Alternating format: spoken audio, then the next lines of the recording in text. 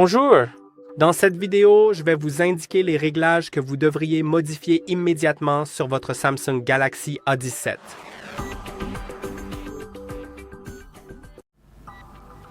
Alors, il y a quelques paramètres que, après avoir configuré votre téléphone, il faudrait changer pour que votre... Bien sûr, vous n'êtes pas obligé de le faire, mais une fois que vous les aurez modifiés et adaptés à vos besoins, votre téléphone sera plus personnel et fonctionnera mieux. Alors, allons d'abord dans certains réglages intéressants dans l'application Paramètres. En gros, tout se passera dans l'application Paramètres, mais commençons par les connexions. Ensuite, allez dans Wi-Fi, puis cliquez sur les 3 points en haut à droite, puis allez dans Avancer. Désolé, faire avancer. Allez dans Wi-Fi intelligent. Faites défiler jusqu'à Wi-Fi intelligent, puis cliquez dessus, genre 7 fois, je crois. Maintenant, une nouvelle option va apparaître, Connectivity Lab. Cliquez dessus. Et maintenant, vous trouverez ici différents réglages. Et ce que je veux vous montrer en premier, c'est l'inspection du Wi-Fi à domicile. Cela vous permettra de vérifier le meilleur emplacement pour votre téléphone et votre routeur afin d'obtenir la meilleure connexion Wi-Fi. Alors, allons dans l'inspection du Wi-Fi à domicile. Cliquez sur « Démarrer ». Ensuite, sélectionnez le réseau Wi-Fi pour lequel vous souhaitez faire l'inspection. Sélectionnons celui-ci, par exemple. Cliquez sur « Suivant ». Maintenant, il indique « Excellent ». Mais une fois que vous cliquez sur « Suivant » puis sur « Démarrer », il commencera réellement à vous indiquer la qualité du signal et plus la courbe est haute sur le graphique, meilleure est la qualité du signal. Et vous pouvez vous déplacer avec votre téléphone plus près ou plus loin du routeur et voir quel endroit est le meilleur pour votre connexion Wi-Fi. Vous pouvez aussi, au lieu de déplacer le téléphone, essayer de déplacer le routeur. Si vous ne voulez pas bouger votre téléphone. Maintenant, tout en restant dans ces Connectivity Lab, vous pouvez également aller dans Personnaliser les paramètres de la liste Wi-Fi et activer Afficher les informations de bande. C'est une fonctionnalité vraiment sympa car elle vous indique en fait sur quelle bande se trouve le réseau Wi-Fi auquel vous êtes connecté. Même si, pour l'instant, cela ne me l'affiche pas. Essayons à nouveau. Allons dans le Wi-Fi intelligent. Il faudra peut-être simplement fermer les paramètres et les rouvrir, mais nous allons vérifier, assurons-nous-en. Oui, l'option « Afficher les informations de bande » est activée. Maintenant, si je ferme les paramètres, je peux retourner dans les paramètres « Connexion » Wi-Fi, et maintenant, cela m'indique que le réseau auquel je suis connecté est en 5 GHz et que les autres disponibles sont en 2,4 GHz. Et les réseaux 5 GHz sont tout simplement plus rapides. Donc, si chez vous ou ailleurs, il y a un réseau 5 GHz disponible, alors vous saurez lequel est en 5 GHz et auquel vous connectez pour bénéficier d'un réseau plus rapide. Maintenant, revenons en arrière. Tout en étant dans le Wi-Fi, sélectionnez l'icône Paramètres à côté de votre réseau Wi-Fi. Recherchez maintenant le code QR et entrez votre empreinte digitale ou le verrouillage de l'écran. Vous verrez maintenant un code QR pour votre réseau et vous pourrez le partager avec n'importe qui. Ils peuvent simplement scanner ce code QR pour se connecter à votre réseau Wi-Fi domestique. Donc, si le mot de passe est assez compliqué, vous n'avez pas à vous en soucier car ils peuvent simplement scanner le code QR. Je vais essayer de le scanner. Eh bien, ils devraient le scanner. Ouais. Maintenant, j'avais un petit bouton pour rejoindre le réseau Wi-Fi. Je peux cliquer et rejoindre. Et j'ai rejoint. C'est donc une fonctionnalité vraiment géniale. Maintenant, revenons en arrière pour baisser un peu ma luminosité.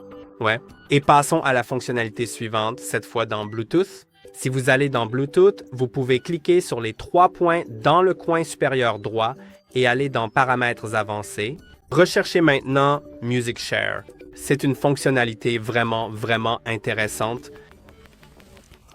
Vous pouvez l'activer et cela permettra à vos amis à proximité de jouer de la musique sur votre enceinte Bluetooth à laquelle vous êtes connecté.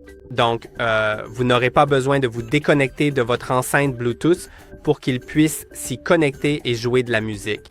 Ils peuvent simplement se connecter une fois que vous êtes connecté et vous pouvez choisir si vous souhaitez partager votre appareil Bluetooth uniquement avec vos contacts ou avec tout le monde et si vous voulez leur demander l'autorisation ou non, ainsi que déconnecter l'appareil lorsqu'aucune musique n'est jouée pendant 5, 10, 30 minutes ou ne pas déconnecter du tout. Et c'est comme ça que vous le configurez. Donc, c'est vraiment une fonctionnalité géniale.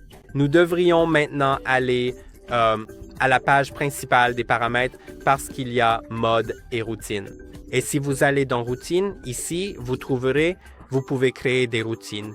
C'est en quelque sorte une action du type si alors. Donc, vous pouvez sélectionner une variable si. Par exemple, si quelque chose se produit, alors autre chose sera effectuée par votre téléphone. Par exemple, si vous ne voulez pas que vos données mobiles soient activées en permanence, vous pouvez configurer votre téléphone pour qu'il active les données mobiles dès que vous vous déconnectez du Wi-Fi. C'est génial. Vous pouvez également configurer de nombreuses autres choses, comme par exemple, si vous vous approchez de votre lieu de travail, si votre position se trouve autour de votre lieu de travail, alors votre téléphone va, par exemple, couper certaines notifications. Alors, configurons-le. Je vais le faire simplement, mais n'hésitez pas à expérimenter autant que vous le souhaitez. Il suffit de cliquer sur le plus puis sur si et de sélectionner une condition si. Par exemple, mettons que ce soit un réseau Wi-Fi déconnecté et sélectionnons le réseau qui doit être déconnecté pour que cela fonctionne. Je vais sélectionner mon réseau domestique, puis cliquer sur Terminer. Ensuite, faites un « Alors » et ça va simplement gérer les connexions. Et disons que ça va juste, je ne sais pas quoi. Ah, c'est ici les données mobiles. J'ai besoin d'une carte SIM, donc je ne vais pas le faire. Alors, faisons autre chose. Par exemple, éteignons le Wi-Fi. Si je me déconnecte, alors je l'éteins. Et bien sûr, il faudra le rallumer manuellement, mais c'est juste, disons, une introduction simple à la façon dont vous pouvez créer des routines. Vous pouvez en créer bien plus que ça. Donc, enregistrons-la. Vous pouvez choisir une couleur, une icône. Voyons s'il y a une icône Wi-Fi. Oui, il y en a une. Cliquons sur Terminer. Et oui, c'est comme ça. Passons maintenant à la partie suivante qui concerne les fonctionnalités avancées dans les paramètres. Ça va se trouver ici, fonctionnalités avancées, et maintenant vous pouvez trouver plein de choses différentes ici. On va rester ici un petit moment. Commençons par mouvement et gestes, puis lever pour activer l'écran. J'adore cette fonctionnalité parce que lorsque votre téléphone est éteint, il suffit de le soulever et l'écran s'allume automatiquement sans que vous ayez besoin d'appuyer sur le bouton. Ensuite, il y a le double appui pour allumer et le double appui pour éteindre l'écran. J'aime aussi beaucoup ces fonctionnalités car vous pouvez double taper sur l'écran pour l'allumer et double taper pour l'éteindre. Mais l'extinction, d'ailleurs, ne fonctionnera que soit sur l'écran de verrouillage, soit sur l'écran d'accueil, si vous appuyez sur un espace libre de l'écran d'accueil. Mais c'est quand même génial, non? Passons maintenant aux fonctionnalités avancées à nouveau, et cette fois, ce sera alerte lorsque le téléphone est pris en main. Donc, lorsque vous manquez un appel que vous ne savez même pas avoir manqué, alors plus tard, après l'avoir manqué, quand vous soulevez le téléphone, votre téléphone va vibrer simplement pour vous indiquer même qu'un appel a été manqué avant que vous ne preniez le téléphone. C'est une excellente fonctionnalité. Passons à la suivante qui est la mise en sourdine par geste. Si cette option est activée, alors lorsque quelqu'un vous appelle, vous pouvez simplement taper sur le téléphone comme ceci, littéralement, et cela mettra l'appel en sourdine. Donc cela ne rejettera pas l'appel, mais cela le mettra en sourdine. Je trouve aussi que c'est génial. Maintenant, passons au bouton latéral. Dans les fonctionnalités avancées, allez sur bouton latéral et maintenant, il y a ici la double pression. Si c'est activé, alors vous pouvez le configurer comme vous le souhaitez. Par exemple, moi, je l'ai mis sur la lampe torche. Donc, à chaque fois que j'appuie 2 fois sur le bouton latéral, la lampe torche s'allume. Le téléphone peut être verrouillé, déverrouillé, peu importe. Ça fonctionne toujours. Et oui, Vous pouvez aussi le configurer pour l'appareil photo, la loupe, l'enregistreur vocal ou toute autre application que vous souhaitez. Voyons quelle application on voudrait peut-être activer. Disons que vous écoutez beaucoup de musique et mettons-le sur Spotify. Maintenant, un double appui ouvrira Spotify. C'est super. Maintenant, passons à l'écran partagé.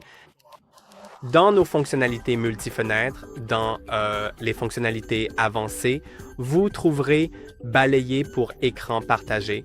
Si vous l'activez, vous verrez ici une animation. Vous pouvez simplement balayer vers le haut depuis le bas de l'écran avec 2 doigts. Ensuite, cela ouvrira l'écran partagé et vous pourrez choisir quoi ouvrir sur l'autre partie de l'écran. Par exemple, ouvrons Google Chrome et maintenant vous voyez que j'ai 2 applications à l'écran en même temps. Je peux aussi cliquer sur ces 3 points pour échanger les places. Je peux cliquer sur la barre en haut de chaque fenêtre pour la fermer. Vous pouvez aussi activer le balayage pour la vue pop-up et maintenant il faudra balayer depuis le coin supérieur droit de l'écran vers le centre pour ouvrir une fenêtre pop-up. Il y aura donc une fenêtre pop-up. Vous pouvez toujours continuer à utiliser le téléphone. Vous pouvez même faire une toute petite fenêtre pop-up, puis vous pouvez cliquer dessus pour l'activer, mais oui, je vais la faire vraiment petite. Je peux la déplacer et je peux toujours utiliser le téléphone. Et si je veux la fermer, je clique sur la barre, puis sur le X. Mais revenons aux paramètres. Toujours dans les fonctionnalités avancées, il y a la fonction double messagerie et elle fonctionne pour les applications compatibles, principalement les applications de réseaux sociaux comme Facebook, Facebook Messenger, WhatsApp ou ce genre d'applications. Si vous l'activez, vous aurez alors 2 applications distinctes pour la même, comme 2 icônes séparées, et vous pouvez avoir différents comptes connectés sur chacune. Je pense que c'est extrêmement utile si, par exemple, vous gérez des comptes professionnels ou si vous avez simplement plusieurs comptes sur certains réseaux sociaux. Vous pouvez utiliser la double messagerie. Vous allez voir, je vais vous montrer comment cela s'affiche. Si j'active Facebook, cliquons sur « Installer » puis « Confirmons ». Vous pouvez aussi utiliser une liste de contacts séparés dans votre seconde application si vous le souhaitez. Je vais simplement cliquer sur « Suivant » et utiliser les contacts habituels, mais cela va créer 2 applications différentes. Vous pouvez voir que j'ai Facebook et mon Facebook en double. En fait, j'ai juste 2 Facebook et je peux me connecter à des comptes différents sur chacun et c'est génial. Je n'ai pas besoin de me reconnecter tout le temps. Maintenant, changeons la vitesse d'animation si vous voulez rendre votre téléphone plus rapide. Et bien sûr, vous n'êtes pas obligé, mais si vous le souhaitez, vous pouvez aller dans les paramètres, puis dans « À propos du téléphone »,« Informations sur le logiciel » et trouver le numéro de build. Appuyez dessus 7 fois. Ensuite, revenez en arrière. Il se peut qu'on vous demande votre code PAN, schéma ou mot de passe. Ensuite, vous trouverez les options pour les développeurs tout en bas. Elles vont apparaître. Faites défiler vers le bas jusqu'à ce que vous trouviez Animation juste ici. Vous pouvez voir que j'ai tout réglé sur 1, donc mes animations ne sont ni les plus rapides ni les plus lentes. Mais si je le règle sur 0,5, par exemple, partout ici, alors vous remarquerez que mes animations sont devenues plus rapides et cela pourrait vous plaire, bien sûr. Oui, comme les animations, vous pouvez voir qu'elles sont devenues plus rapides, mais je peux encore, les rendre encore plus rapides, mais je n'aime pas ça, mais peut-être que vous, si. Alors, allez dans Accessibilité, Amélioration de la vision, et maintenant, vous pouvez trouver Réduire les animations. Une fois que vous l'activez, vous pouvez voir qu'il n'y a plus du tout d'animation, tout se fait instantanément. Je n'aime pas ça. Je préfère quand c'est plus fluide avec les animations activées, mais si vous voulez, vous pouvez rendre votre téléphone plus rapide ainsi. Passons maintenant à la prochaine chose qui est OK Google ou Hey Google. Oui, une fois que je l'ai configuré, il l'a en fait, mais je vais passer cette étape parce que je vais vous montrer comment l'activer manuellement pour que ça fonctionne toujours pour vous. Accédez simplement à l'application Google, puis cliquez sur l'icône de votre profil dans le coin supérieur droit, puis accédez à Paramètres. Maintenant, accédez à Google Assistant et recherchez Voice Match. Maintenant, je vais supprimer ma correspondance vocale pour pouvoir la configurer à nouveau. Activons-le. Cliquez maintenant sur Plus. Je suis d'accord, plus, et une fois que je clique sur J'accepte ici, je n'ai plus qu'à dire 4 phrases à voix haute. Dis Google, aide-moi à écrire un mot de remerciement. Dis Google, quel temps fera-t-il demain? OK Google, explique-moi comment se forme un arc-en-ciel. OK Google, règle 1 minuteur sur 5 minutes. Vous pouvez voir que je l'ai configuré. Et maintenant, si je clique sur Suivant, alors il est configuré et chaque fois que je dis OK Google, il ouvrira Gemini Assistant et je pourrai lui demander tout ce que je veux. Disons, essayons de lui demander quelque chose de simple, par exemple, mais n'hésitez pas à lui demander des choses plus compliquées, bien sûr. Il peut vous donner des réponses à différentes questions, non seulement sur la météo, mais aussi si vous vous demandez comme... Vous avez vu qu'il y avait cette phrase d'exemple sur la façon dont l'arc-en-ciel se forme. Oui, tu peux le demander pour ça. Vous pouvez lui demander, par exemple, l'histoire de certaines guerres ou autres. Essayons de lui demander en fait quelque chose de simple comme « Hey Google, quand a eu lieu la Seconde Guerre mondiale? » Je veux dire, c'est produit, pas à fonctionner. Peu importe. Ouais. Oui, et tu vois, il me donne la réponse, ce qui est très pratique et donc c'est super. Et maintenant, passons à la partie suivante, qui est le mode sombre, une fonctionnalité très attendue et visuellement agréable pour de nombreux utilisateurs. Vous pouvez l'aimer ou non, mais ça vaut le coup d'essayer. Allons dans Paramètres, puis Affichage, et maintenant nous pouvons activer le mode sombre. Tout d'abord, cela permettra d'économiser de la batterie sur votre téléphone. Ensuite, c'est mieux pour regarder surtout la nuit et pour certains, ça a l'air cool. Vous pouvez également aller dans les paramètres du mode sombre et l'activer selon un horaire, par exemple du coucher au lever du soleil. Donc, au coucher du soleil, le mode sombre s'activera automatiquement. Maintenant, la prochaine partie concerne le taux de rafraîchissement également dans les paramètres d'affichage. Allons dans Fluidité des mouvements et vous pouvez le régler sur Standard ou Élevé. Lorsqu'il est réglé sur Élevé, les mouvements seront plus fluides car votre téléphone fonctionne alors à un taux de rafraîchissement de 90 Hz. Et maintenant, nous allons voir autre chose, à savoir le bouclier de confort visuel. Une fois que vous l'activez, l'écran deviendra un peu plus jaune pour préserver vos yeux. Et je remarque vraiment la différence. Donc, je l'aime bien, mais n'hésitez pas à choisir ce que vous préférez. Vous pouvez le régler sur adaptatif ou personnalisé. Vous pouvez définir un programme comme toujours activé, du coucher au lever du soleil ou personnalisé. Je vais le régler du coucher au lever du soleil. D'accord. Je vais autoriser, par exemple, l'accès à la localisation pour qu'il sache quand le soleil se couche et se lève. Ou peut-être qu'on va le laisser toujours activé et le rendre, genre, très orangé ou presque froid. Je vais le laisser en mode adaptatif. Vous pouvez aussi aller dans mode d'écran et le régler sur vif ou naturel. Je préfère le mode vif. Ça rend l'image un peu plus vive. Maintenant, pour la taille et le style de la police, vous pouvez changer le style de police parmi ceux disponibles ou en télécharger d'autres également. Après avoir changé ça, vous pouvez modifier la taille de la police. Vous verrez comment la police sur le téléphone change. Personnellement, je préfère la police en petit, mais ça dépend de votre vue. Vous pouvez aussi activer la police en gras, puis aller dans le délai d'extinction de l'écran. C'est le temps d'inactivité après lequel l'écran s'éteindra. Personnellement, je le règle sur 10 minutes, donc pendant que j'enregistre la vidéo, pendant que je parle sans toucher à l'écran, l'écran ne s'éteint pas.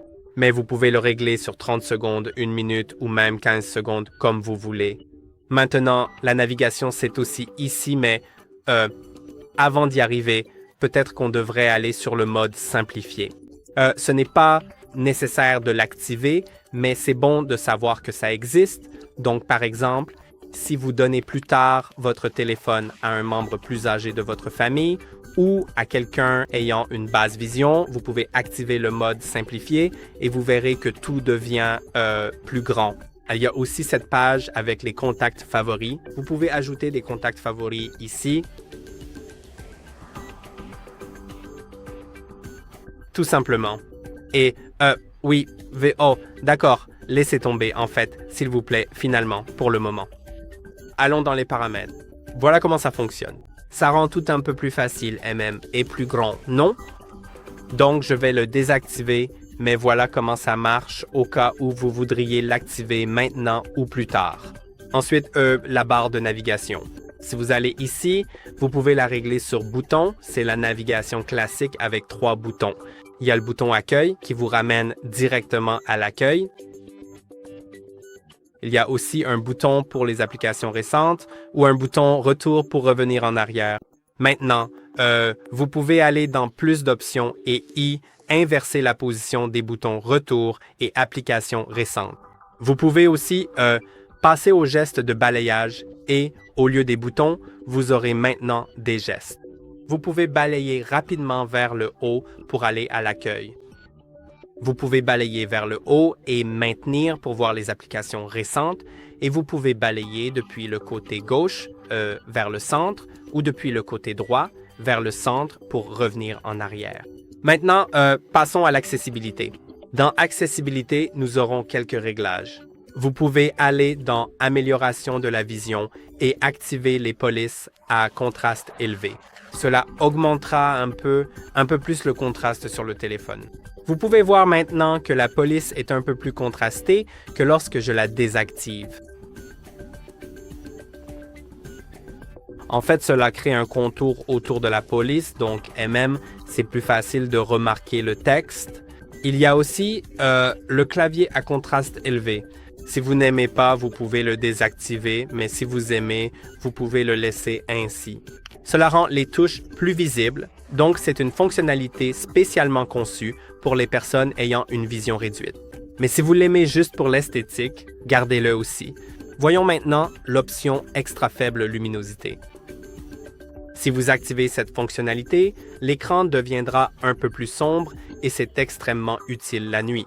Si vous utilisez votre téléphone, et que la luminosité la plus basse ne suffit pas, alors vous pouvez activer Extra faible luminosité.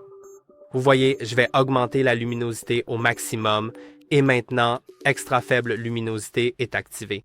Quand je le désactive, c'est beaucoup plus lumineux. Donc oui, voilà à quel point la différence est grande ici. Je vais régler la luminosité à un niveau optimal pour que ça rende bien à la caméra. Vous pouvez aussi ajuster les paramètres d'extra faible luminosité, comme changer l'intensité. Vous pouvez le désactiver après un redémarrage et ce genre de choses. Ensuite, il y a autre chose. Il devrait y avoir des paramètres avancés. Voyons, essayons de les trouver, mais ils devraient être ici. Dans Accessibilité, sur la page principale d'accessibilité, il y a des paramètres avancés. Maintenant, vous trouverez les boutons latéral et volume haut, mais vous pouvez aussi configurer les boutons volume haut et bas. Je vais configurer les boutons latéral et volume haut et maintenant vous pouvez l'assigner à une fonctionnalité d'accessibilité, comme par exemple, vous pouvez l'assigner à extra faible luminosité. Et maintenant, si j'appuie sur le bouton latéral et volume haut, le bouton latéral étant le bouton d'alimentation, alors ça va activer extra faible luminosité une fois que j'aurai cliqué sur Utiliser. Maintenant, extra faible luminosité est activé. Oui, maintenant c'est activé, maintenant c'est désactivé. Vous pouvez voir comment ça change, mais vous pouvez aussi faire bien plus, comme par exemple activer un menu assistant ou activer la loupe. Maintenant, une fois que j'en ai assigné 2, je dois choisir lequel utiliser maintenant. Et maintenant, j'ai une loupe. Donc, je peux simplement, vous savez, agrandir quelque chose et l'observer de près. Oui. Voici les fonctionnalités ici et je peux aussi le faire avec les boutons de volume, donc les 2 boutons de volume. Maintenant, les notifications flash. Toujours ici, dans les paramètres avancés de l'accessibilité, vous pouvez activer la notification par flash de l'appareil photo et lorsque vous recevez une notification, je vais essayer de cliquer sur Aperçu. Vous allez voir clairement comment la lampe torche s'allume de manière très visible. Essayons de cliquer dessus. Oui. Et cela va indiquer qu'une nouvelle notification a été reçue. Vous pouvez aussi activer la notification par flash de l'écran si vous le souhaitez, si vous en avez besoin comme vous voulez. Et maintenant, passons à la dernière section qui sera la section batterie. Si vous allez dans la section batterie, vous trouverez l'économie d'énergie. Vous pouvez l'activer dès que vous avez besoin d'économiser la batterie. En fait, j'ai un mode extrême activé, donc il n'affiche en fait que 4 applications et je peux en ajouter 4 autres et c'est tout le téléphone maintenant. Je peux en sortir main. Mais oui, vous n'êtes pas obligé d'utiliser ce mode extrême. Vous pouvez utiliser un mode plus simple en allant dans la batterie économie d'énergie, désactivons les applications limitées et maintenant, lorsque j'active l'économie d'énergie, cela économise simplement la batterie, mais le téléphone fonctionne toujours correctement. Mais vous pouvez également ajuster les paramètres ici pour les performances et l'affichage. Et il y a aussi la protection de la batterie. Vous pouvez l'activer pour que votre batterie soit un peu meilleure, fonctionne un peu mieux, comme si elle avait une plus grande longévité, c'est ce que je veux dire, en la réglant sur adaptatif parce que votre téléphone apprendra vos habitudes de charge et ajustera les modèles en conséquence. Donc, si vous branchez votre téléphone la nuit, il va commencer à charger jusqu'à 80%, puis il mettra la charge en pause et la reprendra environ 1 heure avant que vous ne soyez censé le débrancher. Donc, votre téléphone ne sera pas en surcharge. Maintenant, descendons E, et ce seront les 2 dernières choses. Afficher le pourcentage de batterie. Je pense que ça vaut le coup de l'activer pour que vous puissiez voir le pourcentage de batterie en haut et il y a aussi des paramètres de charge.